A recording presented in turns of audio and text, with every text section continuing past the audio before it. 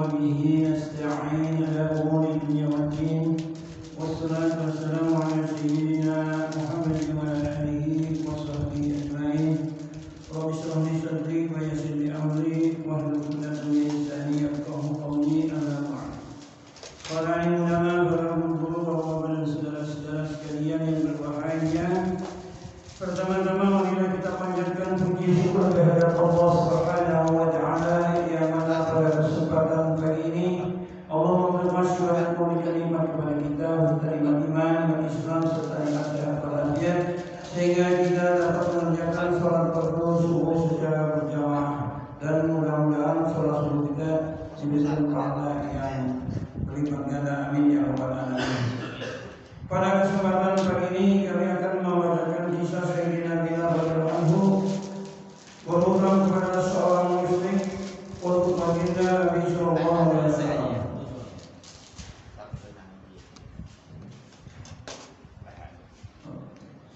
Suatu ketika Sayyidina Bilal radhiyallahu anhu ditanya bagaimanakah biaya keperluan baginda Nabi sallallahu alaihi wasallam. Jawabnya, beliau tidak pernah menyimpan sesuatu untuk esok hari. Akulah yang mengurusnya. Sudah menjadi kebiasaan baginda sallallahu alaihi wasallam jika didatangi seorang muslim yang perlu bantuan bahan makanan, beliau akan menyuruh untuk memberinya bahan makanan.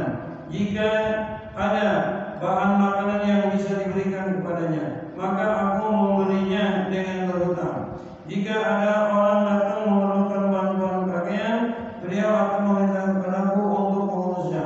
Jika tidak ada pakaian yang bisa diberikan kepadanya, maka aku berhutang dari seseorang untuk memberi pakaian kepadanya. Inilah keadaan yang sering terjadi. Suatu hari seorang musyrik menemuiku. Ia berkata, aku memiliki kekayaan. Jika kamu punya keperluan, jangan meminjam dari orang lain, pinjamlah dariku. Ini adalah tawaran yang sangat baik. Kemudian aku mulai berhutang kepadanya.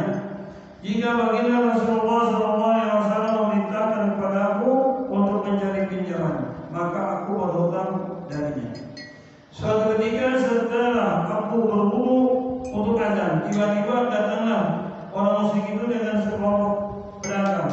Ia berteriak, "Hai orang Habsyi!" Aku pun menoleh, lalu mencobanya. Ia langsung memaki dan berkata kasar semuanya kepadaku. Katanya, tinggal berapa hari lagi? Jawabku, sudah hampir habis. Ia berkata, bulan ini tinggal 4 hari lagi. Jika kamu tidak membayar hutangmu akhir bulan ini, maka aku akan menjadikan dirimu sebagai budakku, dan kamu harus mengembalakan kambing seperti dahulu. Setelah berkata begitu, ia pun berlalu. Sepanjang hari aku sangat sedih memikirkan hal itu. Setelah salat Isya, aku mendekati baginda Rasulullah SAW. Kuceritakan seluruh kejadian tersebut kepada beliau. Aku berkata, ya Rasulullah, kini Tuhan tidak memiliki apapun untuk melunasi hutang. Aku juga tidak memiliki apa-apa untuk membayarnya. Sekarang ini si musyrik itu pasti akan menghina aku lagi. Oleh sebab itu, jika Tuhan mengizinkan, aku akan pergi dari sini ke perkampungan orang Arab yang sudah masuk Islam, sampai Allah Subhanahu wa taala mendatangkan harta untuk membayar hutang itu. Setelah mengucapkan hal tersebut, aku segera pulang. Kupersiapkan pedang, perisai dan sepatu. Hanya untuk itu sajalah perlengkapan perjalananku. Lalu aku menunggu datang waktu subuh. Menjelang subuh datanglah seorang dan berkata, cepatlah baginda Nabi SAW ingin menjumpaimu. Aku segera pergi.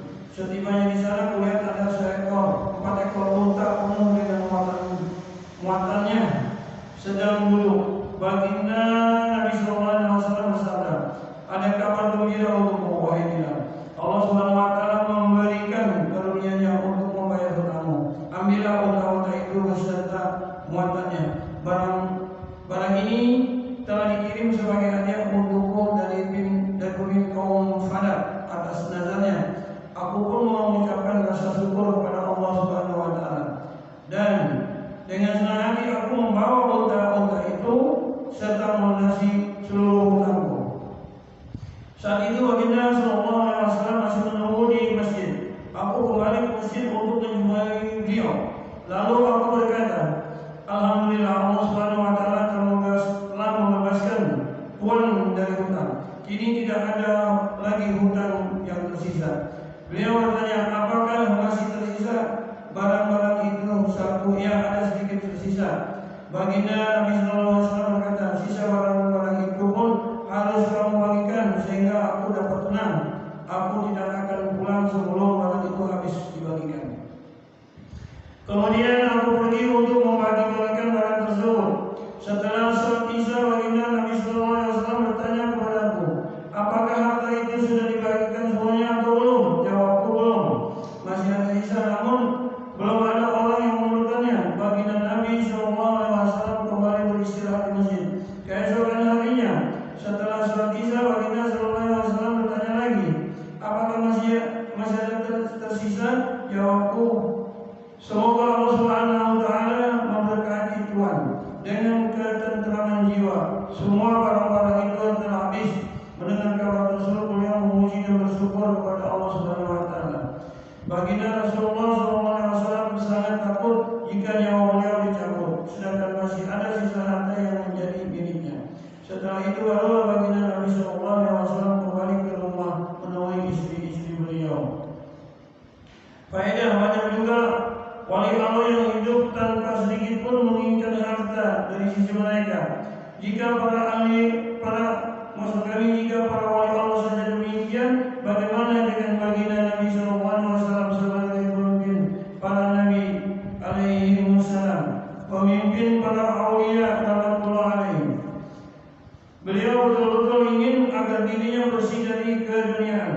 Saya mendengar dari beberapa sumber bahwa Syaikhul Rahman Rayyipuri rahmatullah alaihi, semoga Allah Subhanahu Wa Taala mengenali kuburnya, memiliki suatu kebiasaan, yaitu apabila ia mendapatkan hadiah uang, ia langsung memberikan kepada orang lain. Sebelum ia meninggal dunia, ia telah memberikan seluruh miliknya. Bahkan sebelum meninggal, pakaian yang akan ia kenakan dan barang-barang lain ia berikan kepada khadim khususnya, yaitu Maulana Abu Talib rahmatullah alaihi. Ia berkata kepadanya, sekarang aku memakai pakaian sebagai pinjaman darimu. Beberapa kali saya melihat ayah saya Maulana Muhammad Yahya rahmatullah alaihi setiap selesai sholat maghrib, jika ia memiliki uang, ia memberikannya kepada orang yang memiliki hutang. Ia berkata, uang apakah benda yang sering menyebabkan pertengkaran? Itu adalah aku tidak mau menyimpannya hingga malam hari. Di samping itu masih banyak wali Allah yang kehidupannya seperti itu. Saya kira tidak perlu diungkapkan satu-satu karena masing-masing memiliki warna kehidupan yang berbeda-beda. Di taman surga, setiap jenis bunga memiliki bentuk dan keistimewaan yang terjadi. Demikianlah sebuah riwayat yang dapat kami sampaikan pada kesempatan ini. Mudah-mudahan kita dapat bisa mengamalkan apa yang telah kita dengar ini, di mana memberikan seseorang dengan ikhlasnya sampai kemiskinan terjadi pada dirinya. Insya Allah mudah-mudahan kita dapat mengamalkannya dan kita bisa menyampaikan kepada yang lainnya. Mari kita duduk di sini dengan dibaca masjid. Subhanallah wa bihamdihi, subhanallah wa bihamdika, asyhadu an la ilaha illa anta, astaghfiruka wa atubu ilaik.